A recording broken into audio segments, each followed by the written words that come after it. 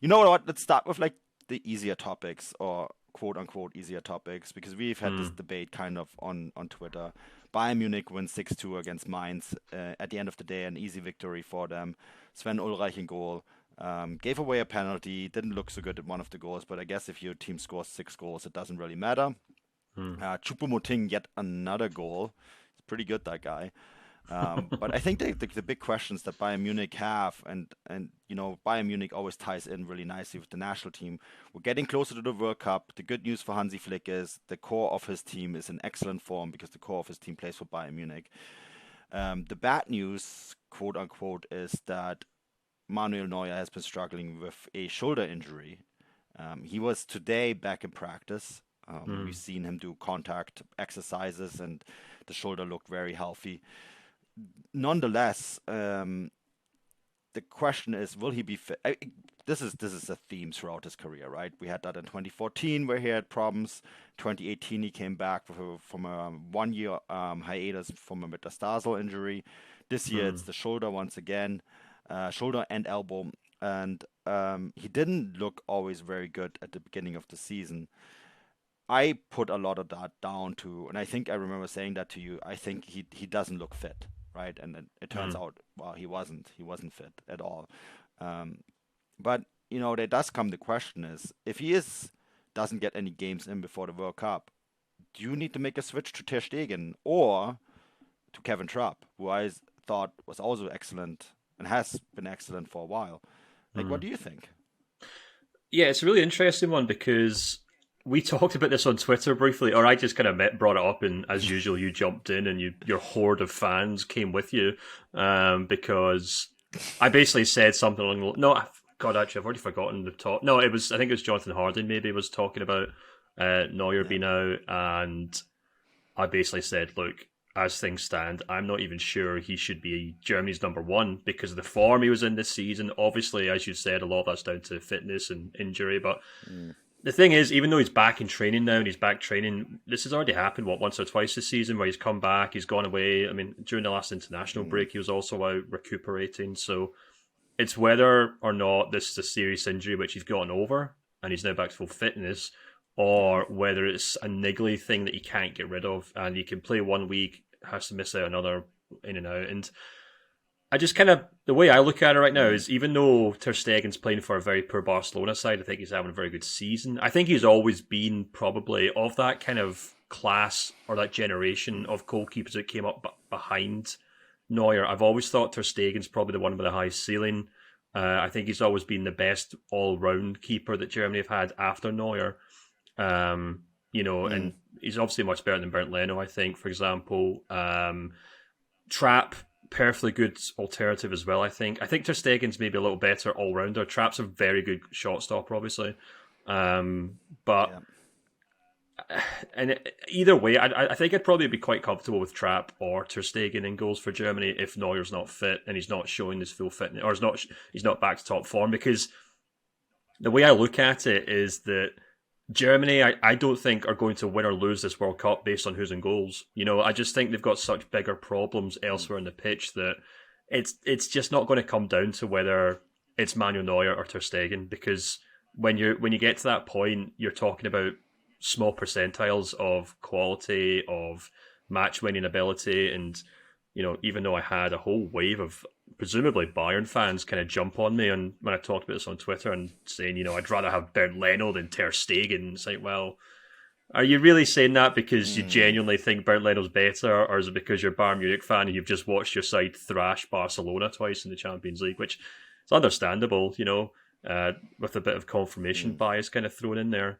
But yeah, it's a really interesting problem for Hansi Flick because we're also kind of quickly approaching this point in Neuer's season where, for club and country, his both head coaches are probably having to begin to think about his succession plan. Obviously, when it comes to Bayern Munich, there's what's his face who's away off to Monaco. I've already forgot his name. What's the goalkeeper's name again? Nübel.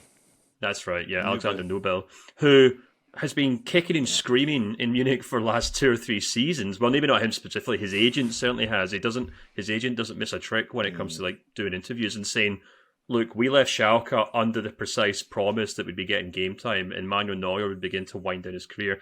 Hasn't really happened yet, so he says, look, I'm off to France. And it's so there's that kind of awkward thing in the background at Bayern Munich where they've got a very good, promising goalkeeper who's tapping his feet, wondering when he's going to start getting game time. And then with Germany, you've obviously got Ter Stegen, Kevin Trapp, maybe a few other guys in there as well who are probably more than ready to step in for Manuel Neuer. But it's going to come down to whether either of these head coaches are ready to make this big decision. All this, I'm assuming, is on the basis that Neuer isn't full fit, doesn't get back into form, and nothing kind of changes between now and the World Cup. If he does, and he's great again, fine, he keeps his space for both teams. But it's just interesting that he's now at this point in his career where there's kind of these kind of clouds or dark clouds on the horizon for him, and there's people ready to step in. Yeah. I mean, yeah. You point out a lot of good things there, and I think the one thing to remember is the last time there was these dark clouds around him was when he came back from that metatarsal injury, right? And it took some time for him to regain his form, and did play a major role for Bayern Munich winning the Champions League in 2020. And then also won the Goalkeeper of the Year award, was in contention for World Player of the Year as well. Both at the Ballon d'Or was cancelled, but for FIFA and certainly. So I think for him, it's like the big question is, can he repeat that? I think still that Manuel Neuer is the most dominant goalkeeper in the world when he is in top form. I think that he is the sort of goalkeeper that can win you a tournament, which is not something you can say from a lot of goalkeepers, right? I mean, we'll all look back at 2014 and the performances that he had and the impact that he had. We look at 2018 when he did come in and didn't have the sort of impact. I don't think Ter Stegen would have made a difference because Ter Stegen isn't an impact keeper, but a fit Manuel Neuer makes your team a lot better, right? So I guess the question really is then, can Manuel Neuer replicate what he did in 2014? And I think if he is in 100% form, he can. I think if he's not, then Germany are kind of screwed either way. Because of the goalkeepers that can replace him, none are of the same level as a peak Manuel Neuer, even when they're peak. And Ter Stegen certainly comes the closest. I think what I like about Ter Stegen probably the best is his ball playing abilities. That's probably the one skill that he has, that Neuer has as well, right? This ability to play almost like an extra defender. Kevin Trapp doesn't have that. I think the one thing with Ter Stegen has always been his size. Neuer is very imposing. He's the tallest of the bunch as well, and he still has like that imposing box ability. I guess like what I'm trying to say is if Germany want to have a hint of being able to win the World Cup, Manuel Neuer, they need a Manuel Neuer in top form, right? And otherwise they're just going to compensate. No matter who else they're going to put in goal. I think Trapp probably deserves a chance. Ter Stegen probably also deserves a chance. Sooner or later we're going to have this conundrum anyways, as you said, because there is going to be a succession in place. Manuel Neuer is not going to play forever. He just can't. He's probably just one major injury away from the career to being over. So it is an interesting conundrum. I think that Flick, if Neuer says I'm fit and I'm ready to play, Neuer will play. Yeah, it'd be really interesting to see. I mean, I don't know. Maybe I wonder if this is just you and me kind of bouncing off each other here because you are a goalkeeper and I'm not. So I'm just kind of like downplaying the importance of goalkeepers because I don't know. I just look at that World Cup and I'm thinking the favourites for that competition. Glaring example are France, who obviously for some time I think had a very average goalkeeper not in charge between the posts, historically actually as well. If you go back to like that '98 team as well.